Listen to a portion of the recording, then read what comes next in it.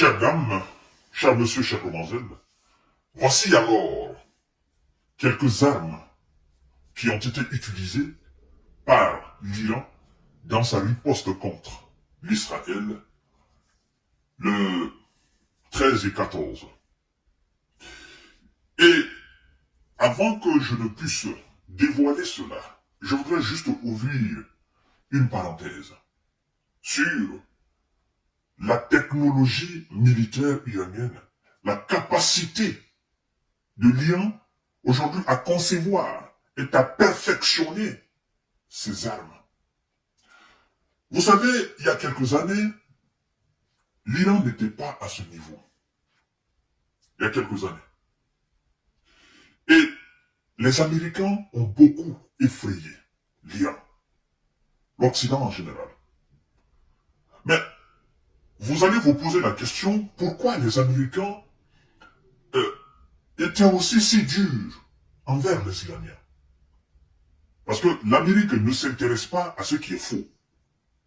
Non. Ce qui ne représente pas de grands problèmes pour l'Amérique traite ça rapidement.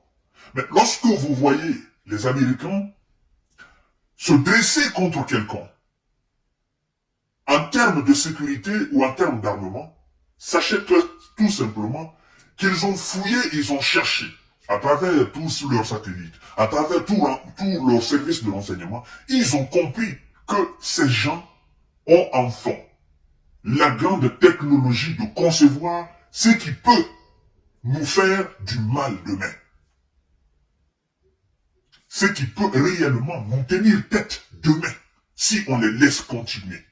Si on les laisse développer ce qu'ils ont sous la main là.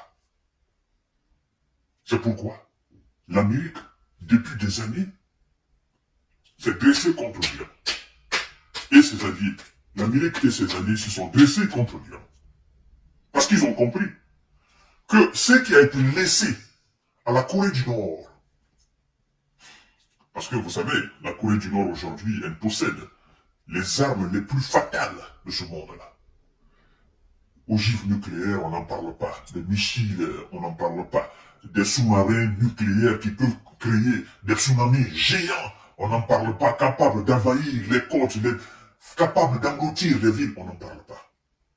Donc, les Américains se disent, nous avons fait une erreur depuis le début de la Corée du Nord.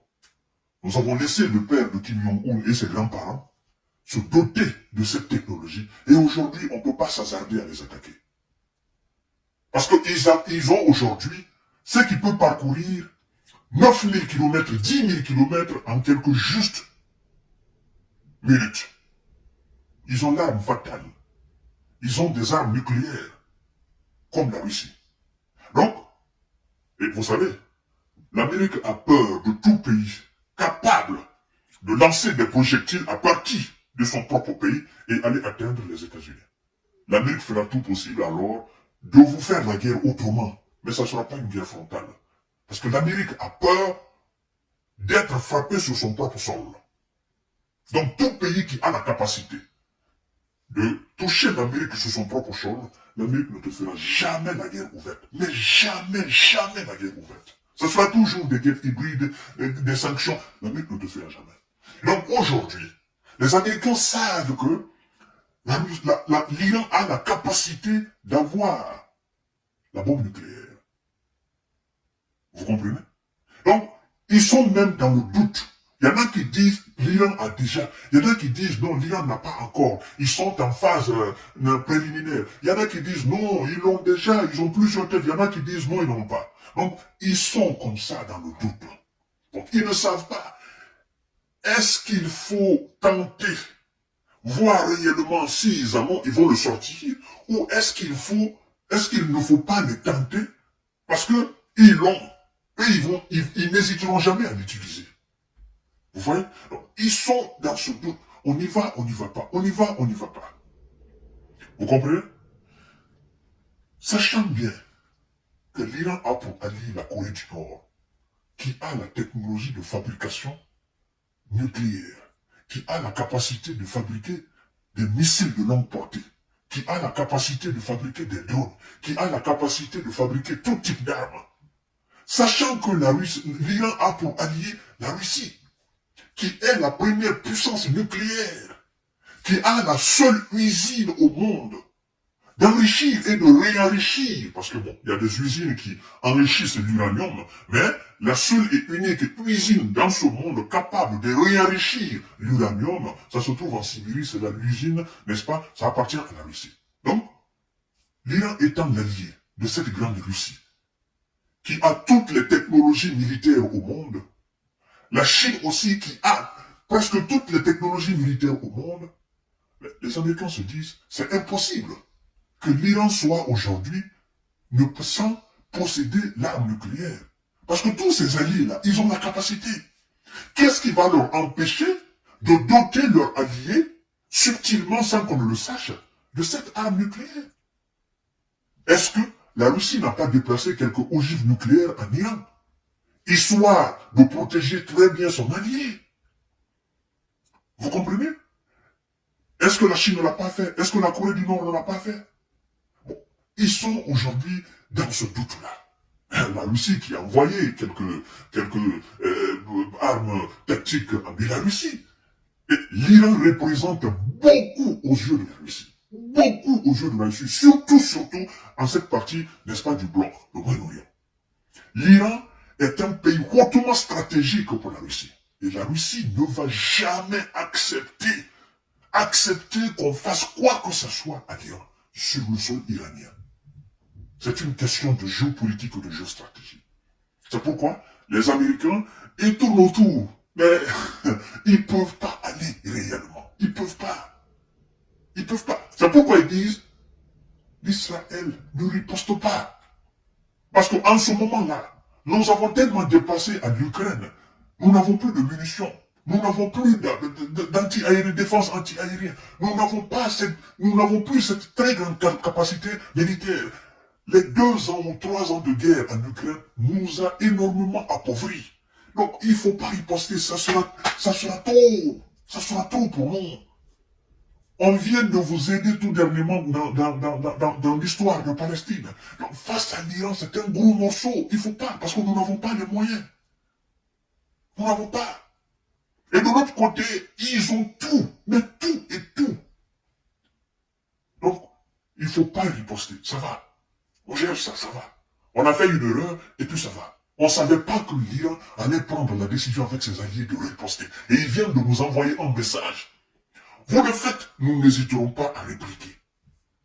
Vous essayez encore, nous allons faire beaucoup plus grand et beaucoup plus dévastateur. C'est le message que les alliés de la Russie viennent d'envoyer à l'Occident. Alors, chers dames, chers messieurs, chers demoiselles, partagez cette vidéo. Voici en quelque sorte, parce que les médias iraniens ont cherché réellement à comprendre quels sont les types d'armes qui ont été envoyées, types d'armes qui ont été utilisées. Même si l'armée iranienne refuse encore d'officialiser ce type d'armes, ils se sont contentés seulement de dire, si l'Israël riposte, nous allons envoyer plus fort. C'est pourquoi je vous ai dit, l'Iran est sûr de quelque chose. Sûr de quelque chose. Clair. Alors, chers dames, chers messieurs, chères demoiselles, écoutez bien. Des centaines de drones kamikazes, Sahel, 136, capables de parcourir 2000 km à une vitesse de 185 km/h et de transporter une ogive de 50 kg. Ah, une quoi? Une ogive de 50 kg. Ça veut dire quoi? Ça veut dire, quand on parle d'ogive nucléaire, là on n'a pas précisé si c'est une ogive nucléaire ou pas, on dit ogive de 50 kg. Mais je sais que ces gens, ils ont déjà cette arme fatale. Ils ont déjà le nucléaire. Ça, je le sais. Une ogive de 50 kg. Des missiles balistiques EMAD avec une portée allant jusqu'à 1700 km.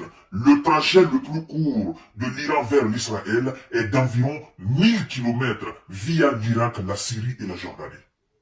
Mesdames et messieurs, d'autres missiles balistiques sans indiquer leur spécificité.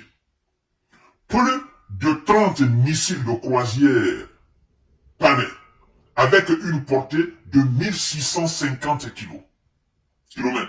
Selon des médias iraniens, ils sont capables d'atteindre l'Israël. Naturellement, si c'est 1000 km, le chemin le plus court, sachant très bien que vous avez des objets volants qui sont capables d'aller plus de 2000, plus de 3000, plus de 1700 kg, plus de 1600 kg à une vitesse phénoménale, naturellement, ils sont capables.